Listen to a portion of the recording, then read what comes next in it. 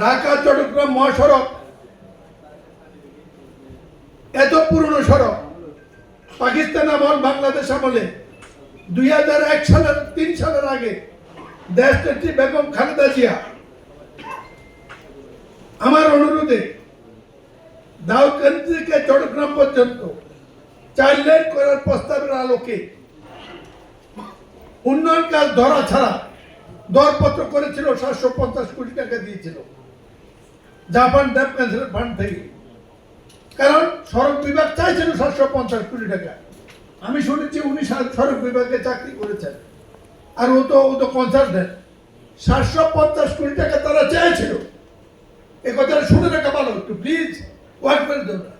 এই 750 কোটি টাকা এক টেলিফোনে সেন্টার হয়েছে, 1 টাকা কাটার ইচ্ছা করে বসে। এই 750 কোটি টাকা যখন কাজ শুরু হলো, এই রাস্তায় ওই দিন বলেছি সংসদে আমি 16 থেকে 17,000 কোটি টাকা ব্যয় করছে। মন্ত্রী তো বলে নাই আপনার কথা ঠিক না, মন্ত্রী তো বলে নাই আপনার অপতথ্য, মন্ত্রী তো বলে নাই এত না এত খরচ হয়েছে। টাকা তো সরকারের। তারপরও একটা আন্ডারপাস হয় না, একটা ওভারপাস হয় না, একটা বাইপাস হয় নাই, একটা সার্ভিস লাইন হয় নাই। এই কথা কেউ কাউকে জিজ্ঞেস করে না। মাঝে মাঝে মনে হয় সংসদে একটা কিছু খেয়ে আত্মহত্যা করি। কুকুরের মতো মানুষ মারা যায়, ডাক্তার চারটা লোক পাওয়া যায় না।